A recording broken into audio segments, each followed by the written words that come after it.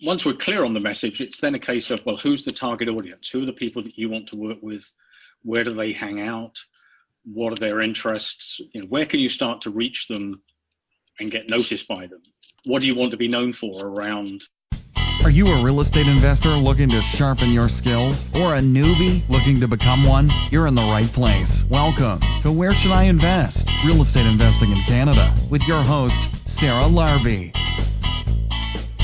Hey real estate investors, it is Sarah Larbi here, and welcome back to another episode of Where Should I Invest? Today's guest, Paul Copcutt, is my branding and strategy coach, consultant, and Paul is one of the first brand experts in North America. He's been doing this for over a decade, and Paul is a regular workshop facilitator, a speaker for organizations including Royal Bank, TD, Scotia, Royal LePage, CIBC. He's also an invited speaker at many professional organizations and associations, and this year in March will also be speaking at the 2019 Investor Forum. Paul's specialty is to work with busy professionals whose income and success are dependent on their mastering of their personal professional brands.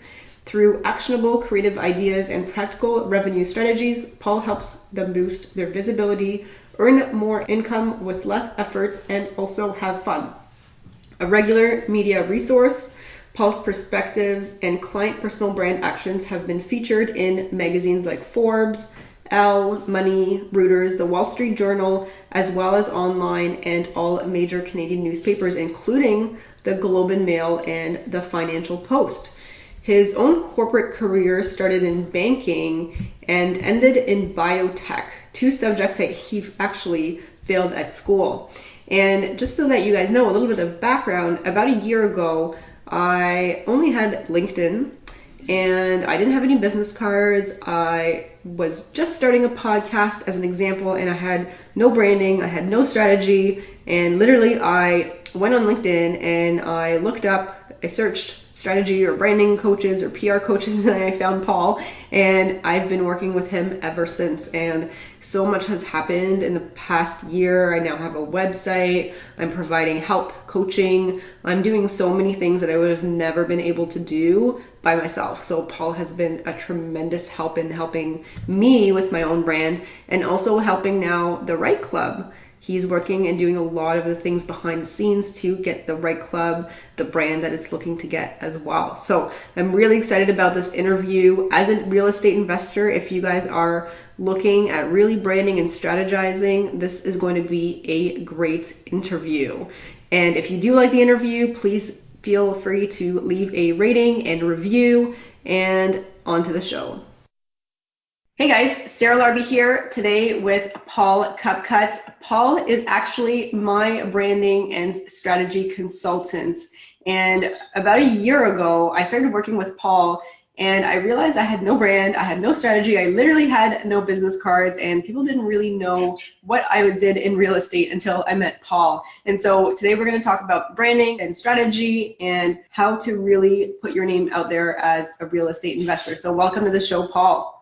Thank you, Sarah. It's good to be here. Great. So for those of you that may not know, may not have looked at your profile, what exactly is a branding and strategy consultant? So, well, there's probably 1,000,001 different definitions, but what I do is help people who struggle with clearly defining what it is they do and who they do it for, and help them get very clear on that in terms of a message, and then how do they best communicate that. So if your income or success is dependent on mastering your personal brand, then that's what I help people do. So you've spoken to many professionals. You've got a long list of things that you've done. Can you give us a little bit of a background on some of the businesses or people that you've helped or where you've spoken in the past? Yeah, so I started off when I first got into personal branding. It was really more around the career part of personal brand, so helping individuals. And when personal branding was first kind of written about and talked about, it was very much people used it as a way to stand out in the job market. And that's kind of evolved and developed. And there's a couple of reasons that's happened. And, you're a classic example, is somebody who is building a brand outside of what they would do in their career. for initially a side business or whatever it is. So we're very much more now, the world of work is very different from what it was even 10 or 15 years ago. We're no longer dependent on a job for life. You're not going to work for one employer. You're almost certainly, most people, I think the latest figures I saw was something like a third of North Americans will be working for themselves in some way or another in the next 5 to 10 years. So if you think of it from that perspective, that's why it's so critical now that you need to have an understanding of what it is you bring to the table, because you may not be doing it for an employer in the future. You may be doing it for yourself and a group of people that you're trying to attract. And then the other element is the whole technology and social media thing. So the fact that we now have an opportunity to be our own media companies effectively, we don't have to rely on the traditional forms of media, and we're seeing traditional forms of media being challenged all the time, is you now control the message. Previously, we had to go and find other big organizations to do that for us, newspapers, radio, TV. That's not the case anymore. You have your own TV station on YouTube, you can have your own mini PR company on Twitter, and you can have your own newspaper on Facebook, and you can have your own magazine on Instagram. So it's a combination of those two things. Absolutely, and I'm glad that you mentioned it. And I am also a big believer that you only have one life, and you probably aren't going to work for the same place, the same employer, like people might have done 30 years ago because they had pensions 30 years ago. There were, additional reasons why somebody would stay with one employer, and we don't have that anymore. And even, myself as a millennial, I've gone from a few different jobs when I first started, because in order to raise your income, to raise the types of role that you're doing, you do need to job hop. But I think it's important at some point to settle in somewhere. But the side hustle, working for yourself and creating additional streams of income is extremely important, because at the end of the day, you don't even know what's going to happen. You don't know what jobs are going overseas, but you don't know even what's going to happen to you personally. You may not be able to work for whatever reason, and then what? But why should you also work until you're 65? Right. You should be able to retire if you wanted to after 15 years of working, because you've replaced your income. And so I'm definitely a big believer in that piece. And it was funny because when we started talking first, I found you on LinkedIn because you've got so many different things that you did on LinkedIn. I'm like, this guy's got to know what branding and strategy is. And I was talking to a couple other real estate investors, and they're like, you probably should at least get some business cards or something. I literally had nothing. And so I'm just like, I had this person's voice in my mind. I'm like, I need to really brand myself better. So that's how I researched on LinkedIn, and I found you. So here we are, I guess, a year later. Great. So real estate investing, how different is that, I guess, or working with investors compared to others that you're currently working with? Well, I do work with a variety of people. So I speak on the subject across North America, and that could be inside a large organization to help employees brand themselves internally. But equally, a lot of my time is spent working with what I would term service professionals. So that could be lawyers, accountants, high net worth financial planners, and now real estate investors. So I see real estate investors as an extension of that professional service mix, because you're selling knowledge, you're selling expertise, you're selling trust, all those kind of things. So the personal branding process that I take people through can apply to anyone. But it's not so much of the important bit isn't whether it works for a real estate investor or mortgage broker or a realtor or whatever. The key is there are 100 or 1,000 of you all claiming to do the same thing. So realtors is a great example. So I'm in Hamilton. I think there's 2,200 or 2,400 realtors in Hamilton, Burlington real estate associations. I mean, how do you pick one over the other? Every one of them is going to tell you they can sell a house, buy a house. They're trustworthy, they're honest. You're not going to say they're dishonest.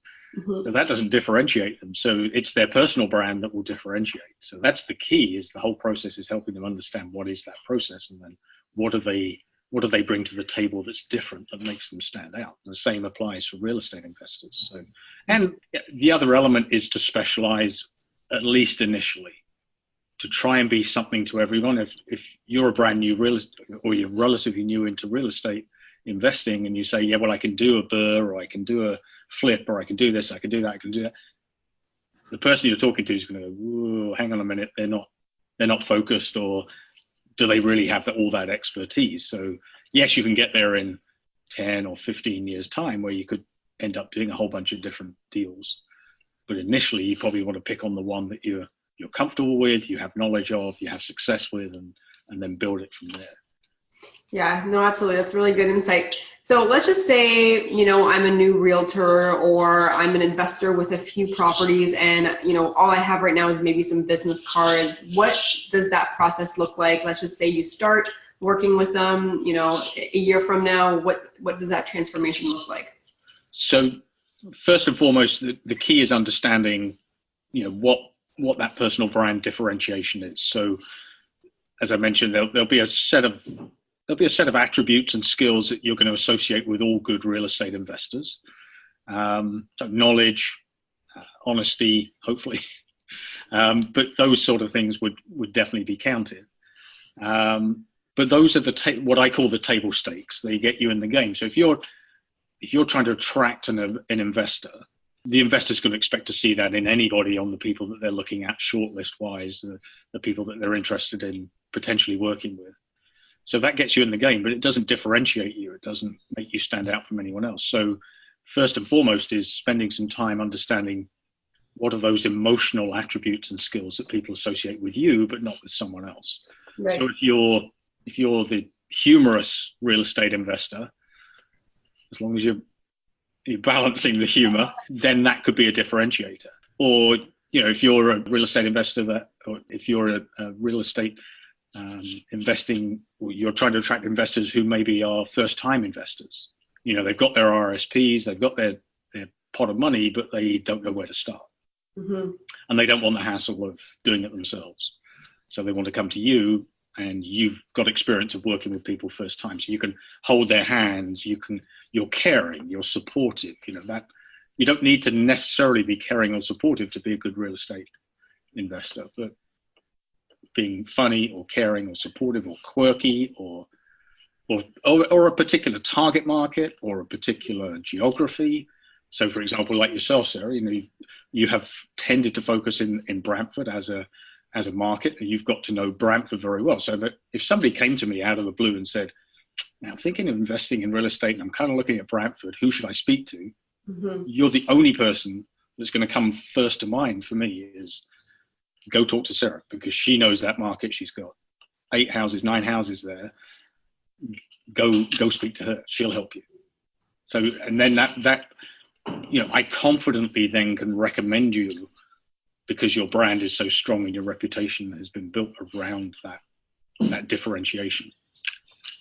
Yeah, absolutely. And, one of the things that I regret is, last year I was on the front page of the Toronto Star article. I didn't even have Facebook or Instagram, or literally I had LinkedIn, and it had nothing to do with real estate. And people had such a hard time finding me. And I think I missed an opportunity to really connect with a lot of people. And so, branding and strategy, that's something you probably want to think of, before you really need it. And, and I know you speak a lot about that. Once you do find out, what those attributes are, what are some of the things that you've done, that you've worked with people to get them to? I'm assuming it's going to be goals based, obviously, with what they want, but what are some of those things? Yeah, so once we're clear on the message, it's then a case of, well, who's the target audience? Who are the people that you want to work with? Where do they hang out? What are their interests? Where can you start to reach them and get noticed by them? What do you want to be known for around real estate? Do you want to be known as a particular type of investor? So starting to build that kind of thought leadership knowledge around, say you're going to specialize in wholesaling. So if you're going to be the wholesaler, then where are people going to want to find out about that kind of information? Where do you start posting that they're going to read about it, that you're going to start to be not just somebody to work with, but somebody, if you're thinking of wholesaling, and then you're the person to go to. That's what you want to try and achieve, so that people aren't second guessing or struggling with, well, yeah, I know Sarah, but what does she do? And that's not a clear brand. That's not clarity. The other thing is, we're all busy. And a lot of people are, this is part of their lives. So where are you going to spend that time? Mm-hmm. You want to be efficient. You want to, you want to maximize your resources. You want to leverage your time. You don't want it to become a full-time job just trying to get noticed by investors. You want them to find you because of that clarity of brand and message. So sometimes social media, sometimes it's a little bit overplayed in terms of social media is just the modern day tools that we have now. Previously it was PR releases and newspaper articles, and those are still relevant and they're still good, and the credibility is still absolutely. If you appear in the Toronto Star or the Globe and Mail, that carries way more credibility than I got 300 likes on Facebook. Yeah, that's great, but it doesn't quite carry the same level of credibility. But social media is just another tool, so you want to be sure that if you're going to get your message out there, is that the right medium for you to be using? So I think LinkedIn is a good example of a platform that I think is probably a little bit underutilized. I see a lot of realtors on LinkedIn, but all they do is post house listings. Right. That's not good branding. I mean, I can go to MLS and find the house listings. I don't need to go to LinkedIn to find that. So what do you recommend that they should post? Well, again, it goes back to what do they want to be known for? Right. Or you might do something around adding value. I mean, video is starting to take off on LinkedIn, but it's still very early stages. So there's a great realtor in the Oakville area, Vishal Kapoor, I think, if I've said his name right. He works for Century 21. Okay. He does weekly videos on LinkedIn. They're really fun. A couple of the ones he's done, funny ones where he's actually interviewed himself and managed to cut it in and merge it. So there's a little bit of humor there. So I know if I see a video in my newsfeed and it's him, I'm probably going to stop and watch it because he's managed to catch me with a couple that I found interesting or amusing. But he adds value as well. He gives tips. And it's not the kind of standard tips. He's kind of thinks a little bit outside of the box as to what are my potential buyers thinking. A great thing would be what are the 10 things that you've been asked 100 times by potential clients? Well, okay, shoot a video for every one of those 10. Right. 30 seconds, grab your phone, shoot yourself, stick it up on LinkedIn. This is the number one thing that clients or potential clients always ask me, and here's the answer. Put that as a text. People are going to watch it. And most people have got video on automatic, so it automatically plays as a default setting on LinkedIn. So using an app like Clips on the iPhone, and there is an Android version as well, it actually transcribes right at the bottom of the video. So most people have sound turned off because they're on LinkedIn, they're at work quite often. So they have the sound turned off, but if they see script coming up straight away, they'll tend to continue to watch versus stop it.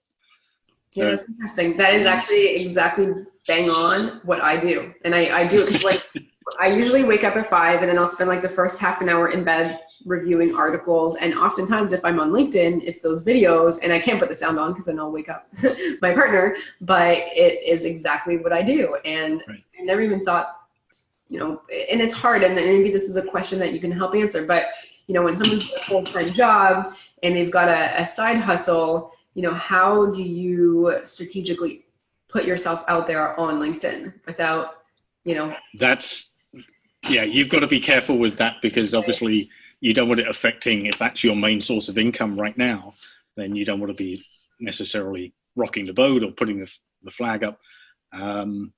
So that's probably a personal call that you're going to want to kind of say, is that the right medium for me, given what the message that might send in terms of my current employer. And you don't think that we should have a second profile? It's actually against LinkedIn's terms and conditions. Not that I can't believe LinkedIn can't close down false profiles. So I mean, the chances that they're going to shut you down for having two real ones are pretty slim. But I mean, I guess the issue is if somebody's still searching your name, if it's Mm-hmm. The HR director is searching your name and looking for you on LinkedIn. They're still going to find 2 profiles with your headshot. So Right. Oh, yeah. Makes sense for sure. I was talking to one of my investor friends, and they get all their joint ventures from videos, not necessarily LinkedIn, but just YouTube, and just being consistently posting on YouTube created him to be able to buy 12 properties by using joint venture money, which is actually pretty good. I'm like, maybe I should up my YouTube game a little. What do you think of YouTube? Well, I mean, as I said earlier, YouTube is like your own personal TV channel. Mm-hmm. So if you can, it goes back to, is that where your target market is looking? But so, I mean, certainly YouTube as a channel for video is actually also one of the top channels for music, interestingly. So interesting, because they have tons of playlists. But yeah, the one thing to keep in mind is perhaps not to try to do too much everywhere, but maybe pick one medium that you're most comfortable with. So, I mean, if you hate being in front of the camera, then shooting yourself doing selfie videos every day is probably not going to feel great. But, there are other tools that you don't need to actually be in front of the camera and still do videos. I mean, you can do voiceover slide decks. There's an app called Lumen 5, which is free. I mean, most of these apps are free, which is great. So you could write an article, upload it into Lumen 5. It takes what it thinks are the key messages, turns it into a slide deck presentation with images, and you can add music, and you can go in and edit the keywords. Very cool. I didn't even know about this. Yeah, and it's quite accurate. It picks out what it thinks are the key elements, and then you can just literally download that and upload it into LinkedIn, or YouTube, or Facebook, or Instagram. That's pretty cool. Are there other new, types of social media that we should know to start thinking about or looking at, or? So if you're a real estate investor where your target market are, say mortgage brokers and realtors, for example, then chances are it's either going to be Facebook or LinkedIn are the 2 places where these guys hang out the most. So each social media channel tends to have a different marketplace or target audience. But the big 4 are still probably, or 5, LinkedIn, Twitter, Facebook, Instagram, YouTube. Mm-hmm. Those are probably going to be the first 5 that you're going to end up doing, unless there's something really specialized or specific geography kind of network. But the other one, there's other places where, other forums, there's places like Quora, which is a Q&A type forum. Okay. So, that can be a place where you could go and share your knowledge and try and get noticed that way. A little bit more hit and miss because a lot of people go there just to get answers, and it doesn't necessarily drive people to you. But again, it goes back to how much time have you got? Mm-hmm. Where's your target audience hanging out? And what can you dedicate towards getting that message out there? So rather than try and do one message into 5 networks, you might be better off doing 5 messages into 1 network. So. Right. Okay. Yeah, makes sense. What else should we know about branding and strategy as a real estate professional? Probably the other things are around, I call it the 3 C's. So clarity of message, consistency. So everything I see you do, everything I see you interact with, or 90% of the time, it goes back to, oh yes, that's part of your brand. So clarity, consistency. And I used to say constancy, kind of working at it all the time.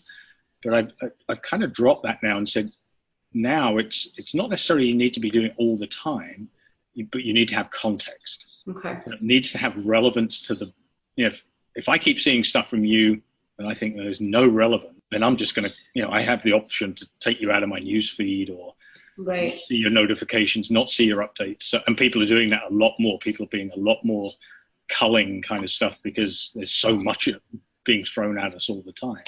So think about context. Am I giving, it goes back to, what are the 10 questions that people always ask you? And then think about, if you want to add to that, is what are the 10 things that people never ask you, but you wish they did? That would be 10 good videos as well. 10 good 10 good posts. I mean, some people love to write. So if that's the case, then, longer form posts, maybe links back to longer form blog posts, sending people to your website. I mean, there's a guy down in the US called Michael Hyatt, and he talks about what you have to remember with everything is you still want some kind of web presence that you own. Right. That's kind of your home country, if you like. And then all these other places, LinkedIn and YouTube and Facebook, they're your embassies. People get a flavor for your country through that embassy. What you want them to do is to come and travel to your home country. So that's the goal, is to get them finally to your website, and then hopefully onto some kind of, email is still strong. It's still the best form of trying to keep in touch with people. So building some kind of email list will help you for sure. Because as we've seen numerous times over the last few years, the rules change. So LinkedIn, for example, has just made it impossible for you to download people's emails anymore. Really? You used to be able to do that. Okay. And they turned the switch off 2 weeks ago and didn't announce it. Of course, they're not going to announce it because we'd all be rushing there to quickly get our contacts downloaded. So you can download your contacts, but the email addresses aren't attached anymore. So the rules will always change. But if you own the email list, you'll always own that email list. So. Yeah, absolutely. And in Canada too, there's a lot of rules and regulations about spamming and that kind of stuff. So definitely important to keep track and note of that.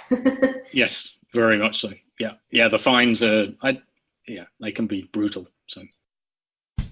Where Should I Invest? With your host, Sarah Larbi. We'll be right back.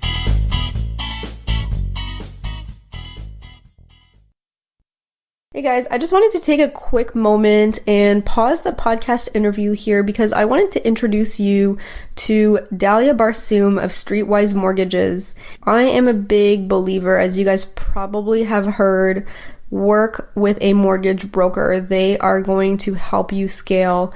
And when I was first growing in real estate investing and looking to buying my second property and my third property, I was going directly to the bank then. I hadn't met Dalia yet. And I actually was hitting a roadblock when it came to financing because the bank started asking me for 25% as the down payment. And then for my third property, they wanted 35%. And it was really, really hard for me to A, understand why it was creeping up like that. And B, I didn't have 35% to put down. I had 20%. And luckily, I actually met Dalia at that point in time. And Dalia is actually an investor herself, and she works with many, many investors. And she knows all the pitfalls and the barriers that normally come up with dealing directly with a bank and all the different lenders. And Dalia was actually able to not just find me proper alternatives, but I've got 9 properties now and I'm still able to get financing with A lenders, and it allows me to be able to scale up without hitting the financing wall. And so she's been a tremendous help. So the other thing I really, really enjoy is Dalia also does a free goals analysis. So if you go to either my website or her website, streetwisemortgages.com, mention the podcast and ask for the free goals analysis, it was a game changer for me.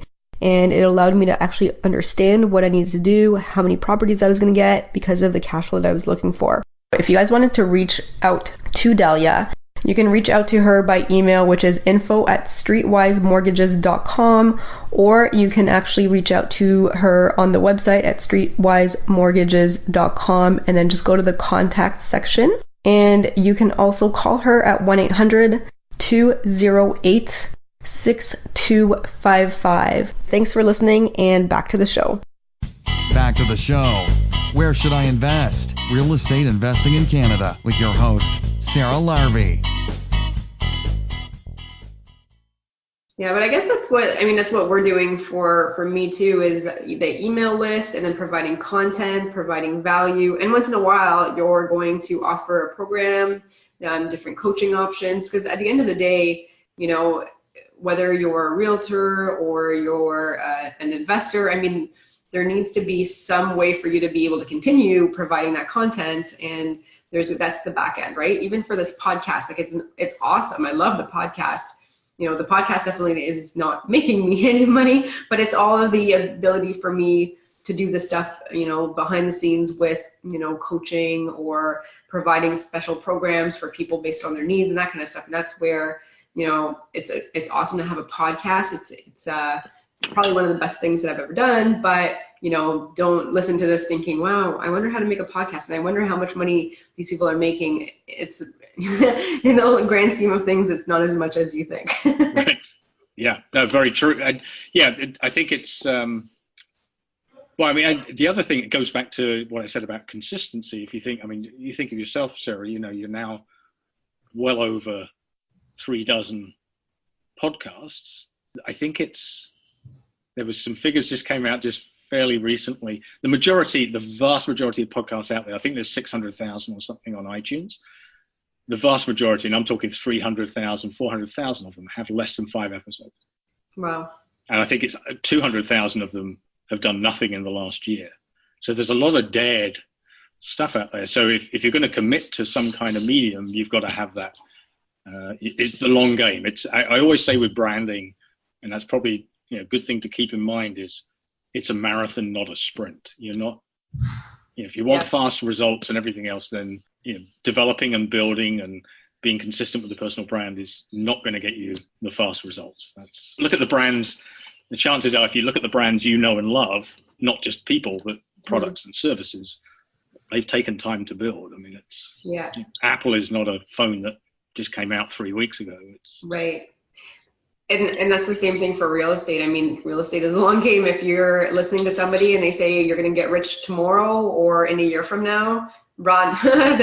They're not telling you the truth. It is a long game. And to create wealth in real estate, and it sounds very similar, you need to be in the market for a long time. And it could be 5 years, it could be 10 years until you really start feeling a lot wealthier. But the long game is totally worth it. So again, it's just, it's not timing the market. It's how much time you have in the market with properties, with being, tenants paying down your mortgage, appreciation over time, and the cash flow. That is wealth creation. Right. Yep. So when it comes to branding and strategy, if you're out there and you're thinking, nobody really knows much about me, start thinking of ways that you can give back, and maybe let me know if you agree, but it's about providing value. Before you can make any money off of this, even if you're trying to make this a business, keep providing value. It might be free for a long, long, long time, but the more that you do that, the more you build your email list, the more that you have a brand, down the road, you're going to be able to get a return on that. Yep. So absolutely agree. I mean, I've had people that I've helped, maybe, I'm going to say some of them years ago, and literally it was, they asked a question, I jumped on a phone call, I spent 10 minutes with them, and, come back years later, I remember that, I remember you took your time. I just did a speaking engagement for General Motors. So it was, my full keynote rate and everything else. And I said to the organizer, why did you pick me? She said, 4.5 years ago, I asked you to do a 30-minute phone call for my team. And she said, I think I paid you an honorarium, like $100 or something, to be on this webinar. And you shared your information and you responded to people when they emailed you afterwards. She said, I remember those things. So the same thing is going to happen. You're going to help somebody, and then all of a sudden they win the lotto or something, and they want to invest in property, and boom, you're the person. So. Yeah, it comes around for sure. Awesome. All right, so the next part of the podcast, as you are probably very familiar with, is called the lightning round. I'm going to ask you real estate related questions anyways. If you want to change them and make them branding and strategy, that's fine as well. You ready? Yep. So question number 1, what is your favorite real estate investing book ever? Yours, that's coming out next year. That Paul is helping me, by the way. There we go. I could have never done it all by myself. I'm going to think, and on my shelf, Rich Dad Poor Dad, and I know you've had a number of guests say that in the past. Wider finance ones. I do like a lot of the stuff that Dave Ramsey does. Very practical, down to earth, straight talking. So that's probably from a finance perspective further afield. Okay. All right, very cool. Number 2, what about your favorite podcast? Apart from this one, I do flip around on podcasts because I get after a period of time I get a little bit bored. So my favorite one at the moment, which is not really, well, it is kind of branding related. So there's a professor from NY Stern University, Scott Galloway, and a tech writer called Krisha, I can't remember her surnames.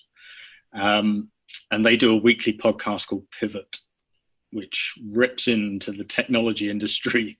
And they play off each other very well. It's very funny, but there's some great underlying branding stories that they talk about, or brand damage as well, which we're seeing in the tech industry at the moment. So.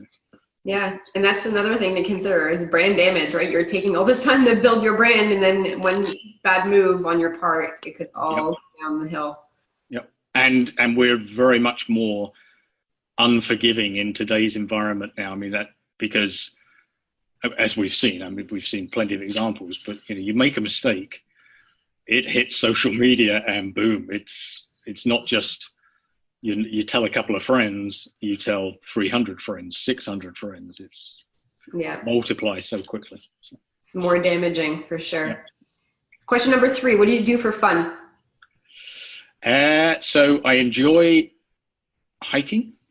I enjoy continuing to discover new places in Hamilton because we're now one of the top places for food now. It's, I think, in Canada. It's new restaurants. So there's always new places opening. So I'd like to go and check those out. Awesome. Question number 4. If you lost all your money and your assets tomorrow, how would you start again?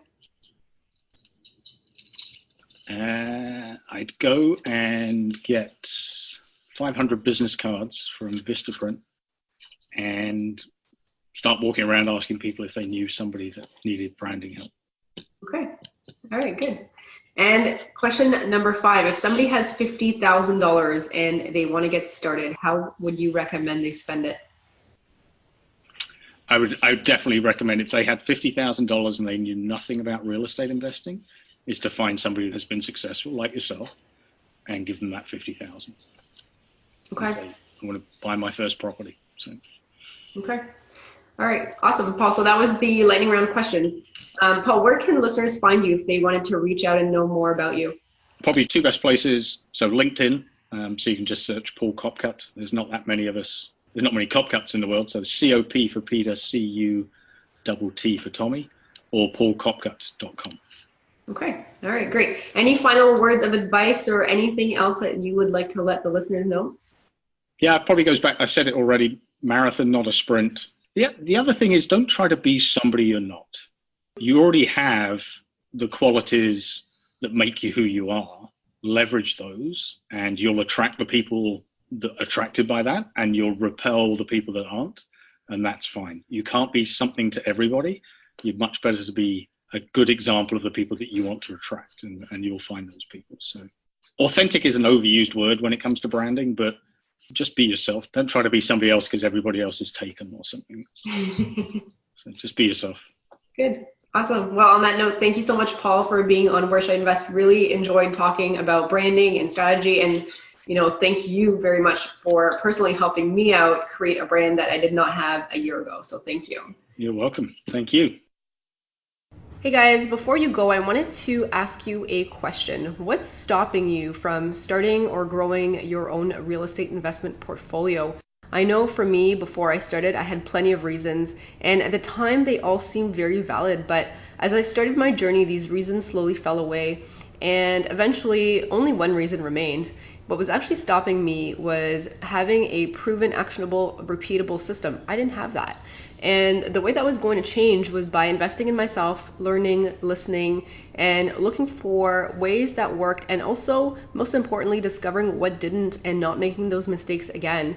Fast forward to today, I now have a proven, repeatable series of action steps that has enabled me to build my 7-figure portfolio consisting of multiple homes, and I'm able to manage that in 2 to 3 hours a month. Is that something that you would want?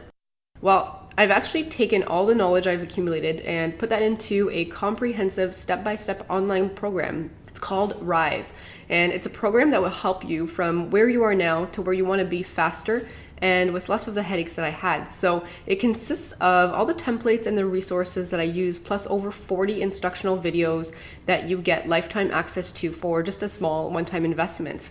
And, my recommendation is to make the time now to invest in yourself and grow your portfolio to 7 figures so that you can bring your retirement dreams closer. If you want some more information about RISE, just go to sarahlarbi.com/RISE to access more details and book your spot. Thanks so much for listening to Where Should I Invest with your host, Sarah Larbi. Make sure to listen in next time. We'll catch you on the next episode of Where Should I Invest?